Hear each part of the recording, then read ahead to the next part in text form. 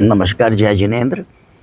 आज मैं बड़े एक अहम मुद्दे पर, जो मैं पहले भी 3-4 साल पहले भी उठा चुका हूँ, इस मुद्दे को दोबारा से ध्यान दिलाना चाहता हूँ।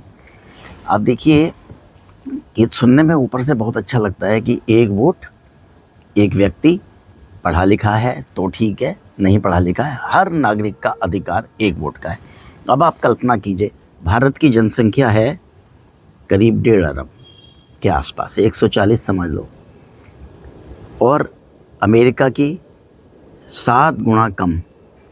कई कई देश ऐसे हैं जिनकी कि 5 लाख 10 लाख की आबादी है, लेकिन यूएनओ में उनको भी एक वोट हासिल है, जो इंडिया को एक वोट हासिल है। इंडिया को तो सुरक्षा परिषद में भी नहीं रखा गया है, यानी 5 वोट का वीटो का अधिकार भी नहीं है, जबकि 140 करोड़ से ऊपर हम लोग हैं। चाइना भी है, जबकि चाइना की जनसंख्या भारत से कम हो गई। तो आप ये देखिए कि कितना बड़ा नुकसान है, इतना बड़ा देश और एक वोट। इसी तरीके से आप कल्पना कीजिए कि हम जैसे लोग हैं, जैसी सरकार चुनते हैं, हमारे वोटों से चुनी जाती है, तो जैसी पब्लिक होगी वैसी सरकार चुनी जाएगी। और आप देखिए ना, सरकारों का और एमएलए एमपीज़ का हाल कि कैसे कैसे लोग संसद में पहुंच जाते हैं।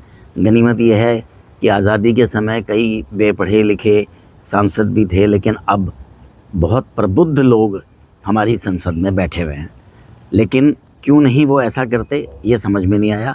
एक आदमी एक वोट के बदले, अगर ये रहे कि वोट का अधिकार आपकी क्वालिफ़िकेशन के साथ, आपकी जो पार्टिसिपेशन है देश की अस्मिता में, उसके साथ, यानी आप इनकम टैक्स पेई हैं, आप ग्रेजुएट हो चुके हैं, आप ओलंपियन हैं, कोई आपने अचीवमेंट किया हुआ है, उसके साथ आपका एक एक वोट की क्वालिफाइड कैपेसिटी बढ़नी चाहिए।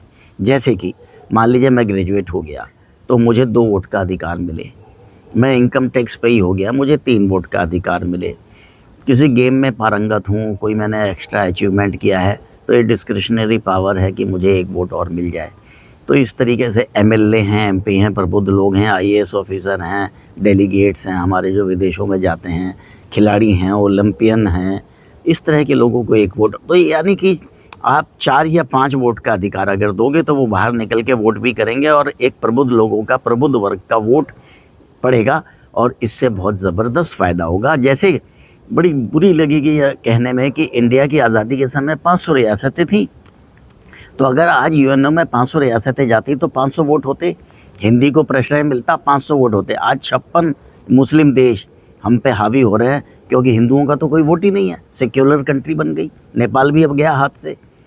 तो आप ये देखिए कि हम, फिजी है, नेपाल है, इंडिया है, केवल 3 कंट्री ऐसे हैं जो हिंदी के झंडा बरदार हैं या हिंदुओं के लिए बात कर सकते हैं, और नहीं है। लेकिन अगर हम इंडिया, बहुत सुनने में बुरा लगेगा कि डिवाइड हो जाते हैं, लेकिन अगर यही 18-20 स्टेट्स में होता, 21-26 स्टेट्स में होता, या 500 रियासतों में होता, तो हमारे यूएनओ में कितने वोट होते, खुद सोच लो।